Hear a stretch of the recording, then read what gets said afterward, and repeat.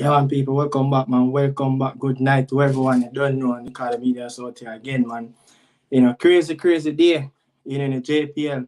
What a game at the end, man. At Stadium East. Crazy, crazy day. You know, big game. Big game played at Stadium East in a Tivoli Garden versus Treasure Beach, the team from St. Best. What them call themselves? The Crocodile. You know, can't wrap my head around that game. Tivoli did everything, to win that game. They played the best football, but somehow you just have to give Treasure Beach, some credit to what they did. You have to give them some credit. 1 second. Yeah, so you have to give Treasure Beach a whole lot of credit, what they did, 2-0 down, and then to crawl back and got that equalizer goal. But we're going to get into it. 2 games, postponed, because of Harborview and Cavaliers playing at CFU Championship. Those games playing at Stadium, I think at Sabina Park, in Kingston, Jamaica. And, the club championship, 2 teams from Jamaica, I think, won it before. Harborview and Portmore won it twice, in their club history. It's dominated by, the Trinidad clubs, especially the team that named Connections, but Cavalier, already true, but, Cavalier and Robin Hood is playing for that top spot to get that automatically qualifying spot in the round of 16, and then, the second place, which will be the loser of the final, and the third place, which will be the winner of the third and fourth, will qualify. So second and third position will qualify, for that round 1 in the CONCACAF Champions League. So I hope, Cavaliers down 1-0. Both Jamaican clubs are down. Mocha is leading Harborview 2-1, and in the first leg, tomorrow will be that second leg, Mocha versus Harborview, and then, the 6th, today's the 4th. Yes, today's the 4th. So yeah, tomorrow's the 5th is the second leg of the third and fourth, and the 6th will be the final, Cavaliers versus Robin Hood. Hope Cavalier can get the job done, over the Surinamese team, and hope Harborview can get the job done, overcome, the aggregate score for what they got in the first leg, But some big excited results, man, in the JPL. Montego Bay finally got another win after our 3 defeats in a row. Second home win of the season. They took down the mighty Cavalier, and they took down, one of the best defensive record team last season. Yeah. Yeah, Dan Gargan, that was a thriller, man. Thriller goal. I don't know how Arthur Lewis found himself, behind the defender to get that ball. It's unlucky, but I feel it for the St. Elizabeth team, as they're going to have a long journey back home. But you have a bottom table clash, between Moulins and Limal. I don't know what's going on with Moulins and Limal. Still 3 teams in the JPL who haven't won a game. Harborview, Moulins, and Limal still haven't won a game as yet, in the JPL. Hope Harborview can bounce back when they get back, from that CFU Club Championship. But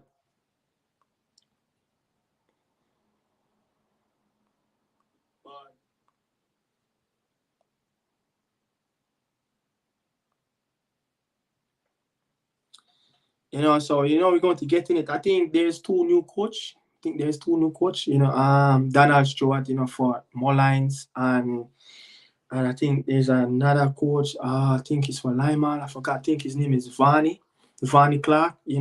But still the same result for both teams. Still the same result for both teams. Moulins and Lyman played. 2 games played yesterday. 3 games played. 3 games played yesterday. That Lyman game played first, and that Montego Bay game against Portmore at Westport Park. Westport Park. It's being that venue that it's well supported. I heard a little news that they're renovating Catherine Hall and all of that. But I would love to see Montego Bay played all their own games at Westport Park, as Westport Park is like, it's not a small field, but it's just a Cajun field. The fans are right there in your face, and it can be an intimidated place to go. We heard Mr. Phillips, the Portmore coach, he spoke about it in his post game interview after the game, and he was talking, wish his team would have take the crowd out of the game, but it is a really close touch field where to, and you have to big up, the Montego Bay fans. You have to big them up, because it doesn't matter if it's 1 or it's 3 o'clock, they're going to support, just like Treasure Beach. Treasure Beach had some fans. I didn't know it was that many until that second goal scored. I realized that, whoa, that many of fans travel from St. Bess to Kingston to watch that game. Last week I think they played. Last week I think they played at Stadium East. Yeah, I think they played at Stadium East. Was it a midweek game? I remember if it was a midweek game. And I think one of the fans, did an interview. They always did that interview with fans in the stadium. And he said, he leaves St. Elizabeth at 12.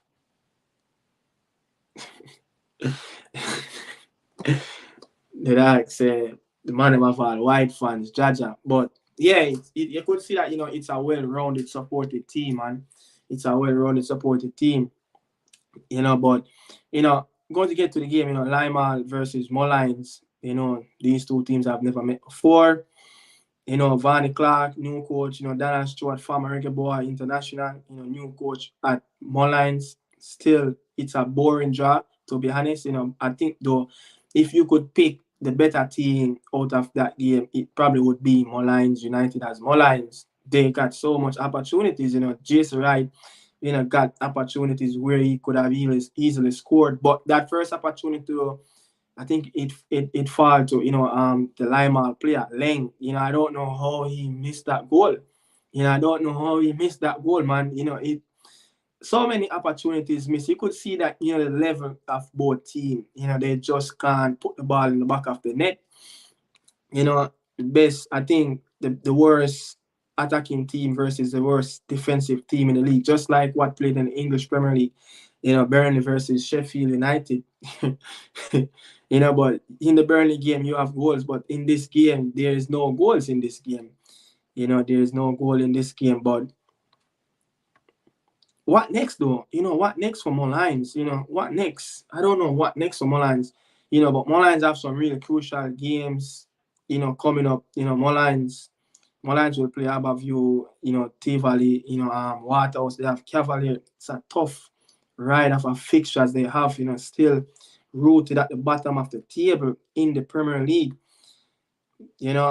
Probably, I didn't have Mullines to finish in that relegation zone. I had Lima and Treasure Beach to go back down, but Treasure Beach, they just crawling their way up the ladder in the table, and you have to give them credit. Mr. Vanny Clark, he just took over, and I think that's what his second day before match day, so less preparation, with his team, But I think Lima will, come out of that game with more positive than Mullines. Mullines is looking to win that game. Mullines is a more established team that, finish all the way up in that top half of the league last season. They have players that scored in double figures. And it's just crazy that the turnaround from Mullines. It's just like watching United. It's just like watching United, man. With what Mullines, transition they made from last season, and it's a massive drop off. It's a massive drop off. I don't know what Alex Thomas and Vasti Reynolds was doing at the start of the season or throughout the whole preseason. I don't know, man, but it's going to be a long season, for for more lines. But Lima next couple of games, they will play Arnett Garden, Arborview, Umberland, Tivoli, then Mount Pleasant. It won't get easy. I don't see how Lima are going to get a result in this game as they played. The Junglists, the Stars of the East, still looking for that result. Umberland is playing really good. Tivoli, saw what they did. Mount Pleasant, you know, impressive start, unbeaten in the league.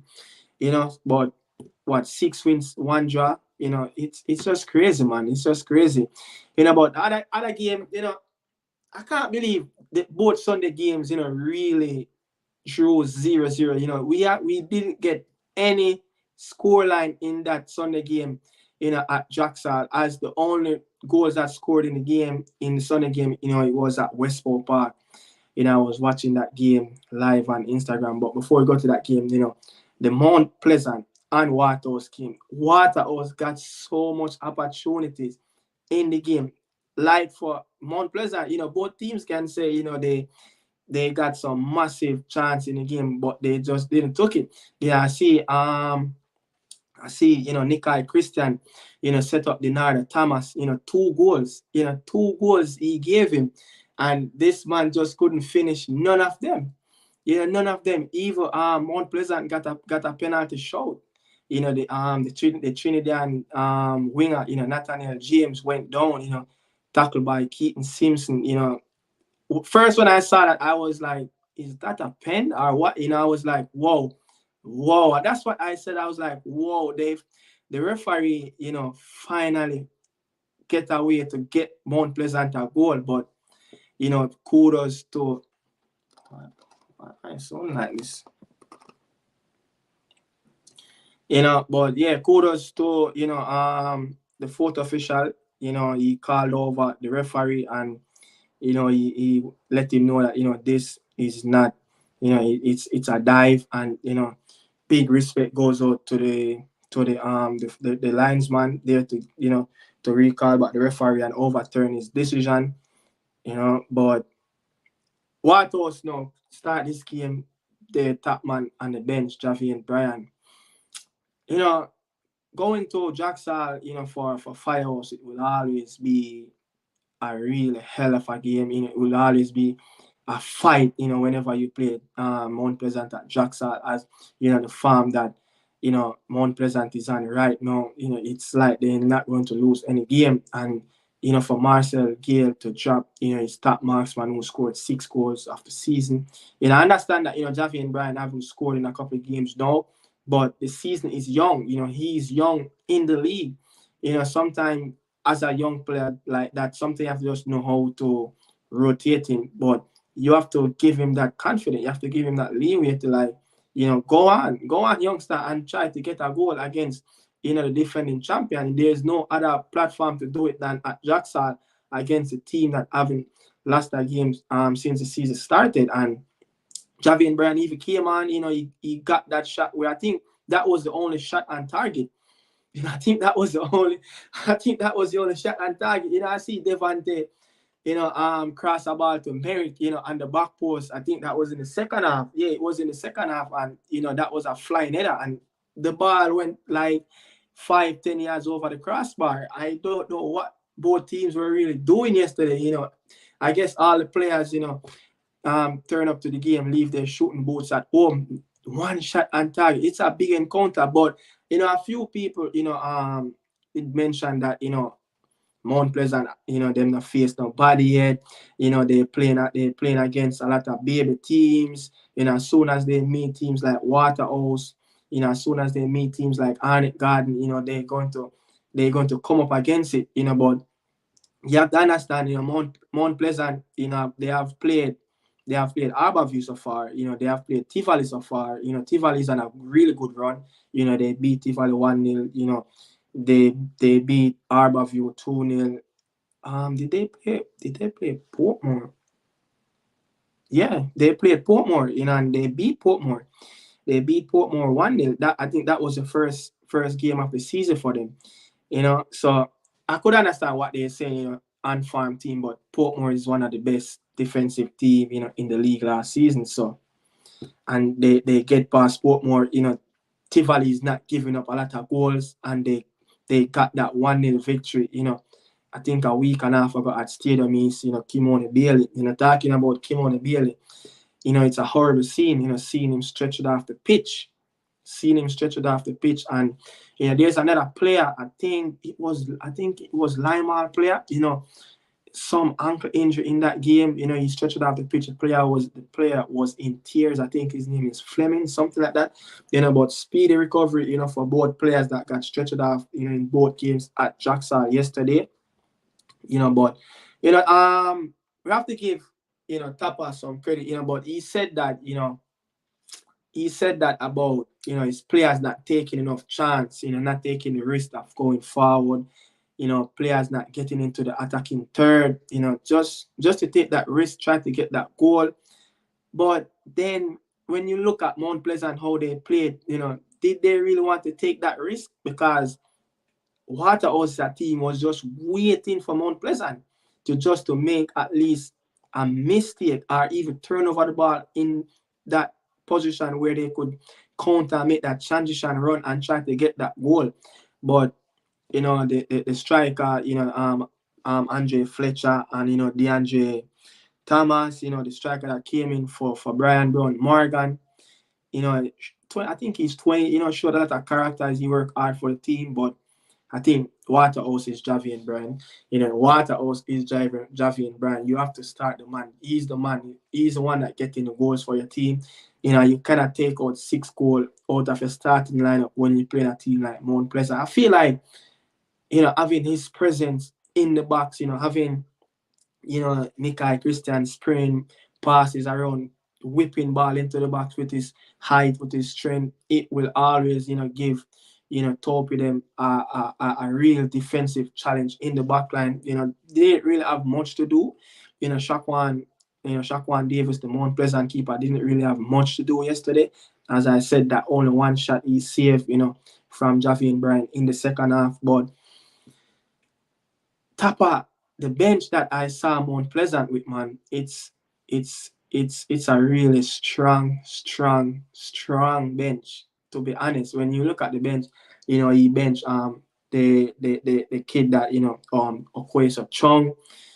He started Martin Allen, former Marlon Allen, former Arnett Garden player. Wonderful. I think he created the first opportunity in the game for himself, but he couldn't even finish that ball. But when you really look at players like that, Kimone Bailey, Sule McCullough, these players are really hardworking. These players are players that Tapa Whitmore really love to put in his team. So just to see Bailey injured, I know it's going to hurt him, especially when he scored 4 goals of the season so far. It's take 4 goals, but Mount Pleasant will find a way out to replace him because their squad is so huge. The squad is so huge. But we're going to move on.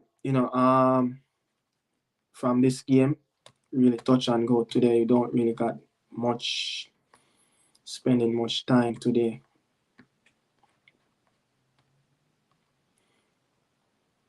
Yeah, but look, the next game for Mount Pleasant will be Speed versus itself, Theodore Tapa Whitmore. That game is the next Monday Night Football.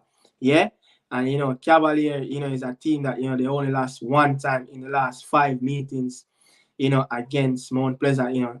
Not many draw against the team, they kind of draw a couple of games, but I think that Poirot off-season game, did it? Yeah, Mount Pleasant won that game, but Mr. Speed is coming back with blood in his eye, but let's see if they, but they're going to play. Yeah, they should play that game because Wednesday will be that final of the second leg of the CFU championship. So that game will go on. So Mount Pleasant will play Cavalier next, and Waterhouse will play Portmore.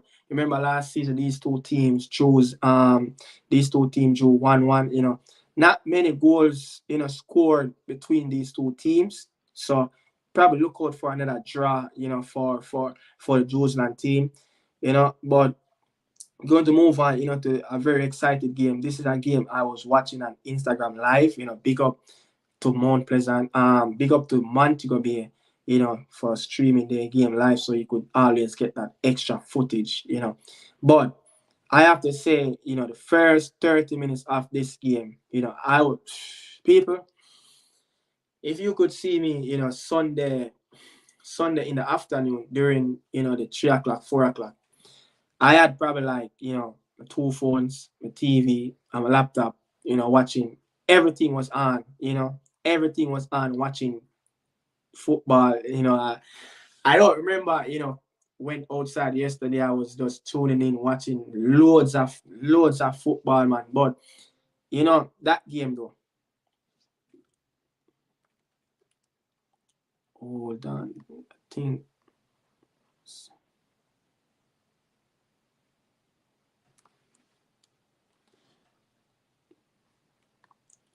this. Give me 1 second.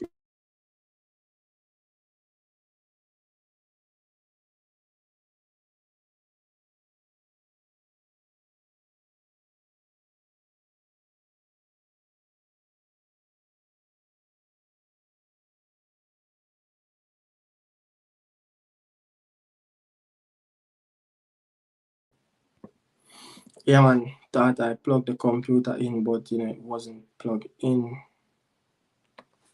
Yeah, good thing ever. Yeah, so um, what's wrong with the stream today?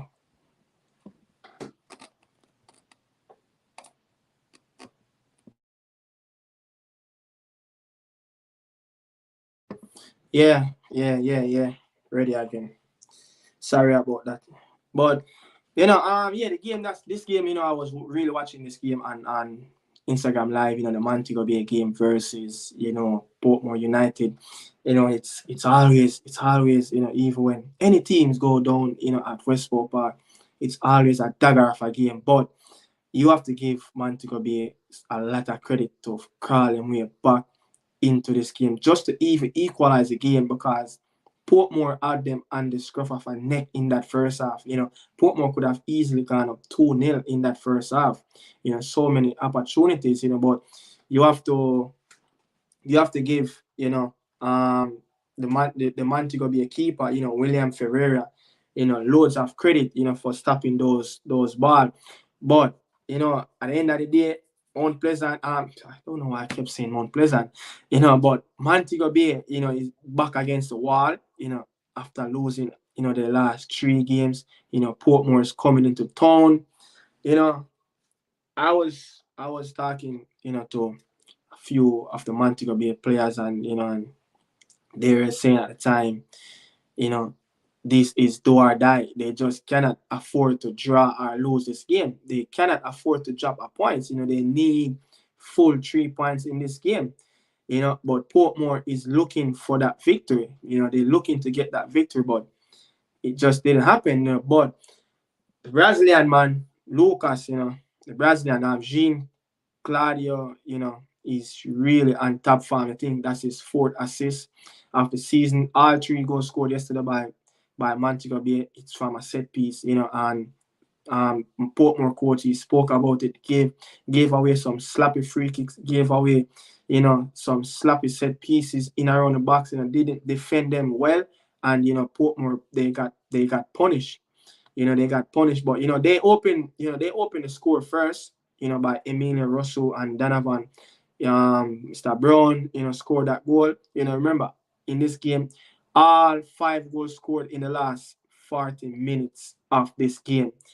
Trust me, this was a really exciting game. I think at one point, I think I missed one of the goal. I think I missed the equalizer goal. I think, something happened with the stream. I think it got frozen at the time, but that goal was scored by Brown. But, Dino, Williams got that winner.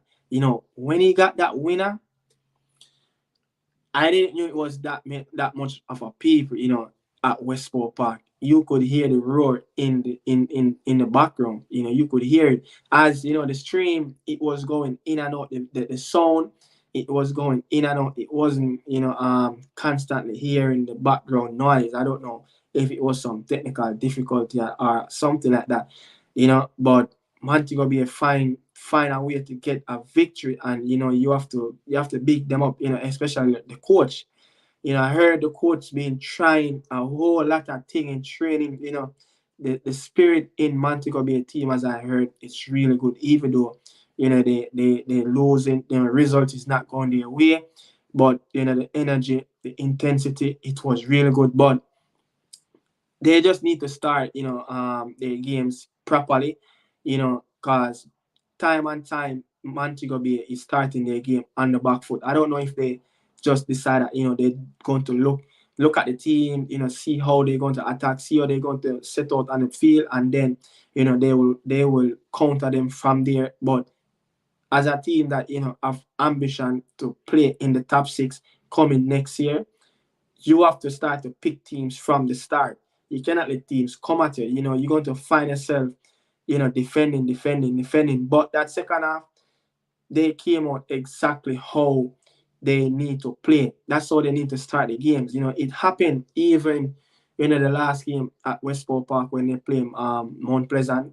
You know, they sat way too deep in that game, and they didn't sat really deep in the game. Yesterday, but they were sitting a little bit deep and inviting the Portmore team to come at them. The big striker Chevron Walsh, he was having a field day, just by dropping off in that midfield, as the gap between Montego Bay midfield and their striker, it was too much of a gap. Time and time you see Portmore number 6 dropping in the hole and trying to spread the passes around, you know. But I feel like, that goal that Emilio Russell scored, it gave Montego Bay a kick, in their face, just to wake them up. And from there, the crowd just started getting the game, and then they equalized, I think about 30 minutes after, they went down one. And from there, the crowd just started involved, and, they never look back. They never look back. Even when they went down 2-1, they never look back. They still trying to pick that pass. The Brazilian, Jean Claudio, is executing some brilliant passes. Just wish he had more players around, can help him in the midfield. As Brian Brown is uh I think he's from the West. He used to play for Rossies. Trying to remember if I knew he used to play for Arborview. I don't remember if he used to play for Montego Bay, but for a man that grew up on the west side, going to school, and that he used to play that rough house football that Montego Bay used to play in the past. So, I hope he can link up play, with that Brazilian midfielder, because he's really stringing passes left, right, and center. Trust me. He's stringing passes right, left, and center. It's just that, you don't have someone that can really finish the goals, whenever he provided on a platter for them.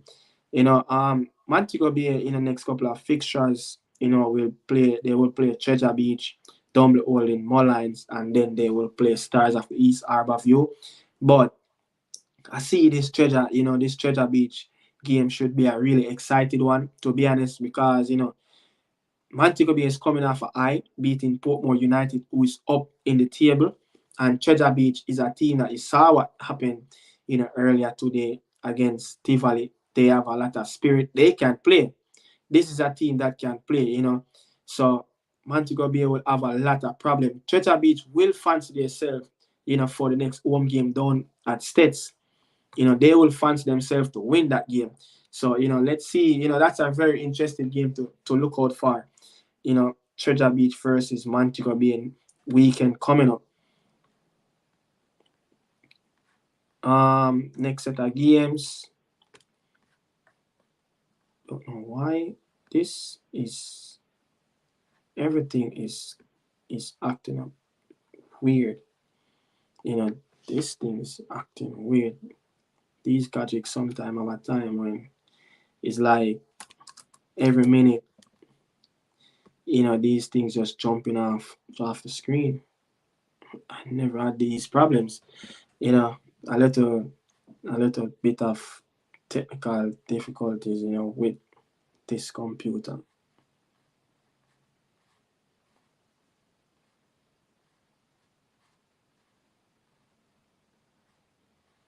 Yeah, so we are, I'm back on track. Yeah, so as I said earlier, Portmore Waterhouse will play, but Portmore will play Cavalier after that. Vere, Arnett Garden, and Humble Lion. So look out for that. It will be an interesting game between Portmore. I don't want to see I know Portmore Waterhouse will play a really good game, but I want to see Portmore and Cavalier. I just want to see those two teams. They kind of play a similar style of football. I just want to see the matchup between the two teams. But yeah, Nadir Dos Santos, he spoke after the game. You know, he said that he wish his team, didn't give up those two opportunities, to let this Portmore team score. That Portmore, scored from two mistakes from the Montego Bay defense line, and Philip William, the Portmore coach, he spoke about, it was a very tough defeat for him. They're looking to keep steady pace with Arnett Garden up there, with Mount Pleasant dropping points, but he said that, one thing, he said that, and it was really true, the fans were on top of their game at Westport Park. You just can't take that. You just can't take that away from Westport Park, man. These people live it. These people in the West, they live football. So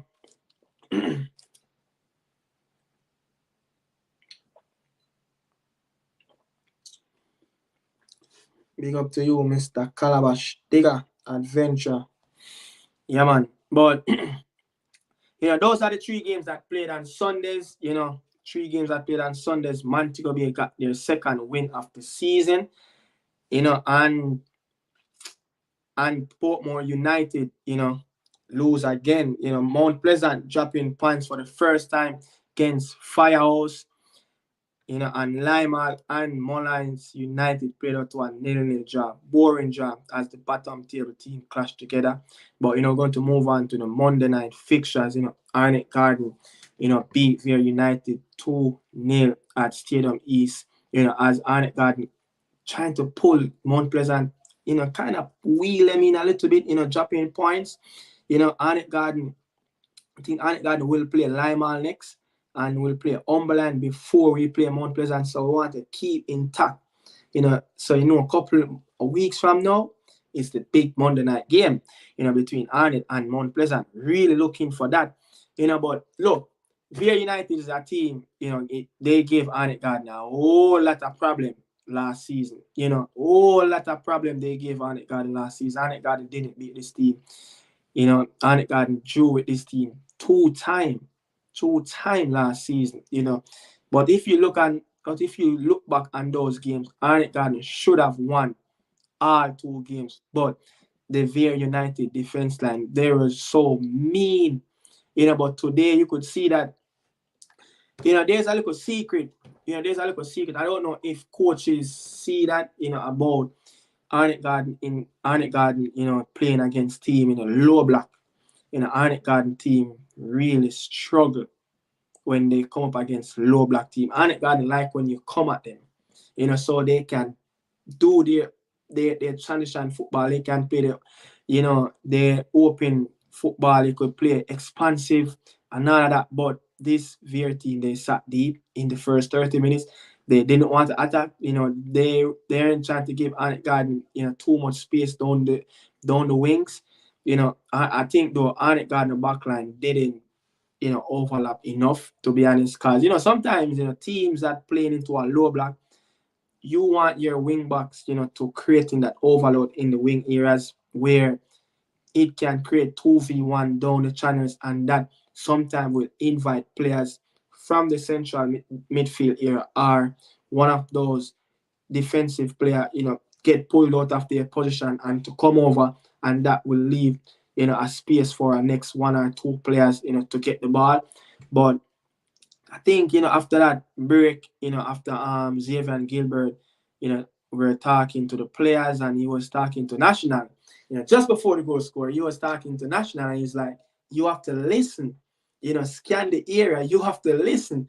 And right after that, just a couple minutes, he passed a wonderful ball, to Shea Smith, and it was a brilliant cross from Shea Smith, to give his name Rushian Thompson, that goal, or Thomas, Rushian Thompson, the man to score, his first goal of the season. Remember, Arnett Garden is dealing with some suspension, of what thing.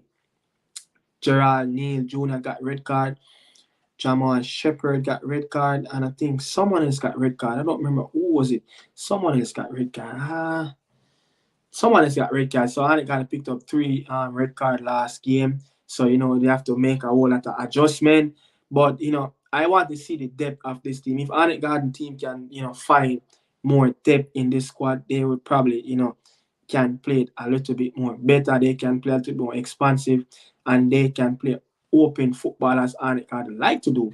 But when Arnett Garden got that goal, the game kind of come alive a little bit as Vere were trying to move out a little bit out of their shell, trying to come out of their own little blocks, come out and tries to get fresh here, searching for the ball, and that's when Arnett Garden start to play the better football. They just start to split Vere team wide open, but Arnett Garden made a massive mistake where the game could have easily, I think, go 2-1 down, just before Jaheim scored. That ball, you see this Vere goalkeeper is a real good kick off the ball. No doubt about it. This is one of their strategy where they leave like 2 to 3 players up the field, and Arnett have to leave probably like 3-4 players behind. And this Vere keeper, he got a wonderful kick. He can make a really long pass with the ball, and he made one, and the Arnett Garden defender made a mistake where he fumbled the ball, and the player got 1v1, with Eric, and it's a good thing, the keeper is really good 1v1, else could have crawled away back into the game, and that would have been a 2-1 at the time. But you have to give Vere some credit. They came out a little bit different in the second half. They tried to play that long ball over the top. As soon as Arnett Garden lose the ball, they just start to go long over, and try to catch Arnett Garden on the counter just by picking 2 or 3 passes and just try to get in the box. But it wasn't enough. But one thing though in the game, where I said that Anderson, tackle and Warner Brown, I think on the edge of the box, wasn't that a penalty? Not a penalty. Wasn't that a red card? I just don't see how he got a yellow card for that. That should have been a red card. Warner Brown is true, and he tugged the player back. So I think that was a mistake, from the referee not to give, Anderson a red card. He gave a yellow card instead, But, really good victory. I got to pull, their way back, to Mount Pleasant. I think it's 5 points now. Mount Pleasant, is, I think, what, 18?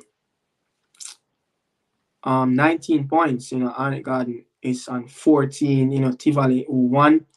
Tivoli is on 13. Portmore is on 11 with Waterhouse and Umberland, all 3 teams on 11 points. It's going to be neck and neck this season, for the top 6. So 4 to 6 have 11 points, and from 7 to 10 have 8 points. Montego Bay is right back in the mix. They're just 3 points away, from that 6th spot position. As it's going to be a really neck and neck for that, especially that number 6 spot. But I feel like from 1 to 3rd will be that elite section.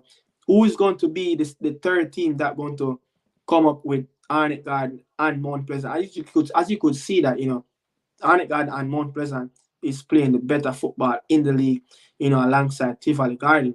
Portmore is not really playing consistent. They winless in their last 3 games now. Draw 2, and lost that 1. Same thing for Waterhouse. Waterhouse is on a little rumble.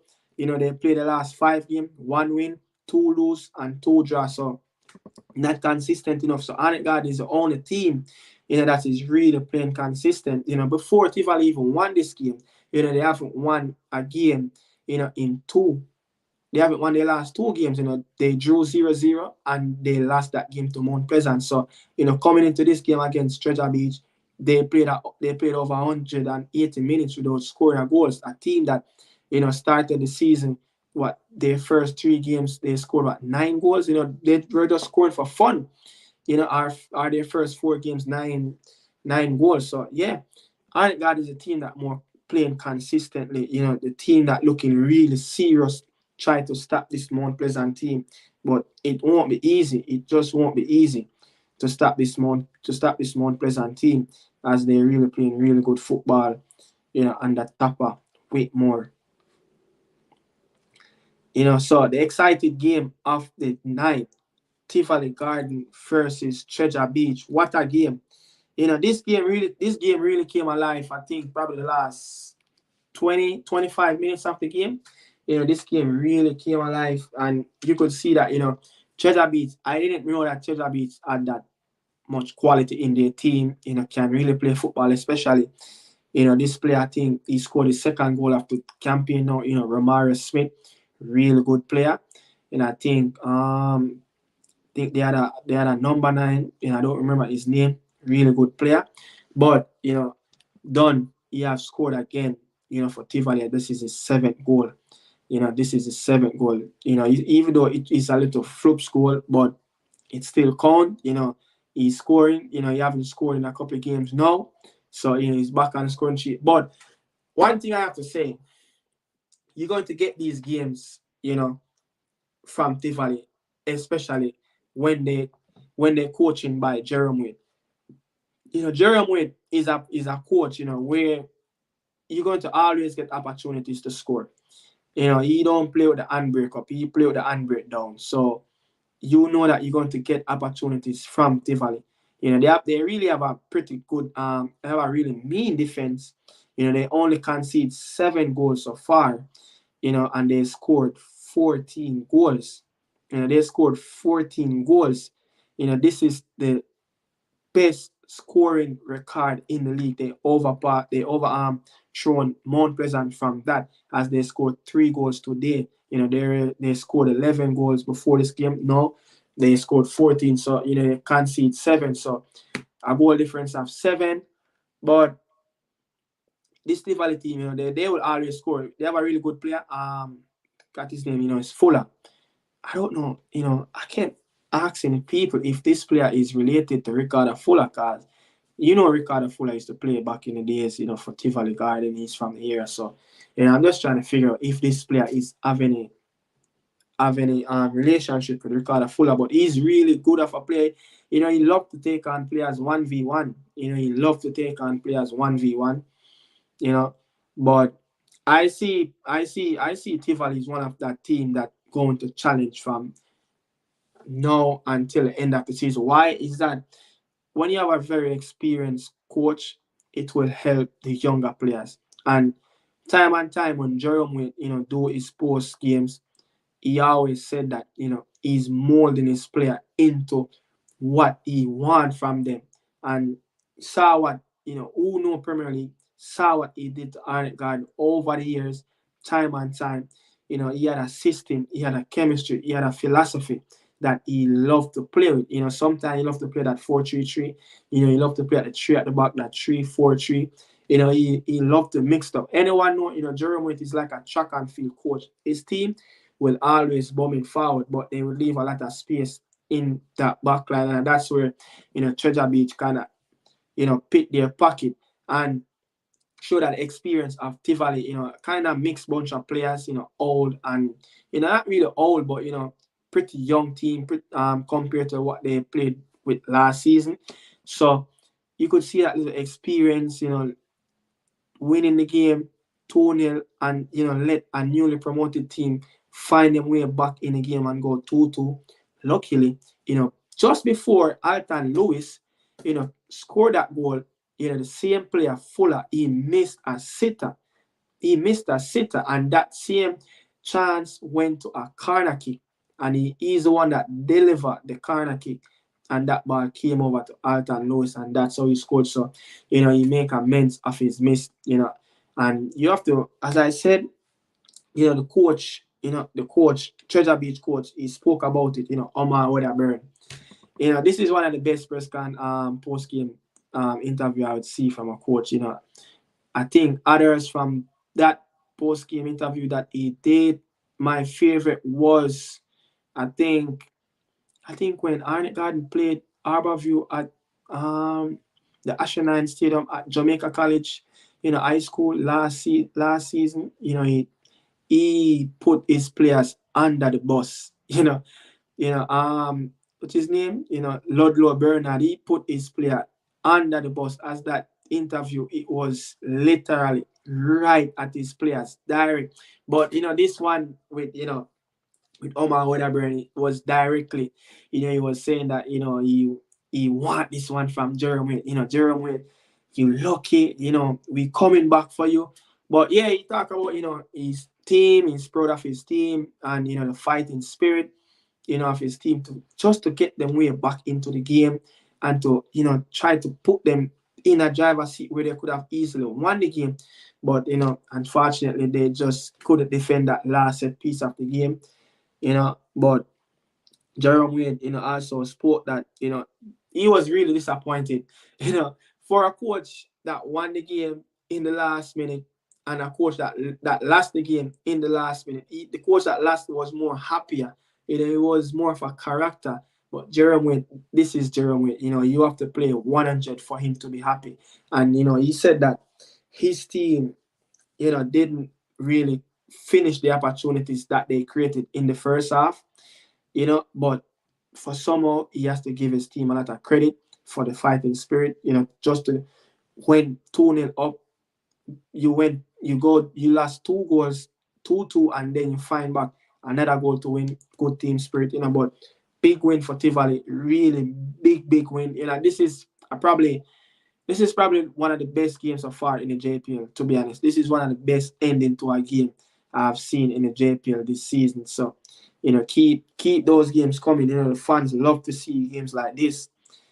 Fans love to see games like this. But people, I'm really tired. I know it's going to come to an end, of the podcast. It ain't going to go really much further. I was up the whole night last night. Saw that video that I did, the video on the reggae girls. That video actually start to record that video around 1:30 a.m., 2:30 a.m. Edit it, fell asleep, wake up back, finish edit and then put it out there to schedule. And yeah, man, I did about 5 videos yesterday. I did about 5 videos. I did, the Prem podcast, that Reggae Girl video I did, the Extra Time podcast, Big Up Daniel Football Show, did the Extra Time podcast, featured on 2 of my bridging podcasts. So yeah, man, it was a long day yesterday. Sunday is like that for me. Sunday is like that for me. So I'm just going to, go to bed right now, get some rest. I might do a video. About the Reggae Boys tomorrow. Might not show it, but people, thanks for watching. This is Nicola Media House. If you're new, you know what to do, people. Don't forget to smash that like button.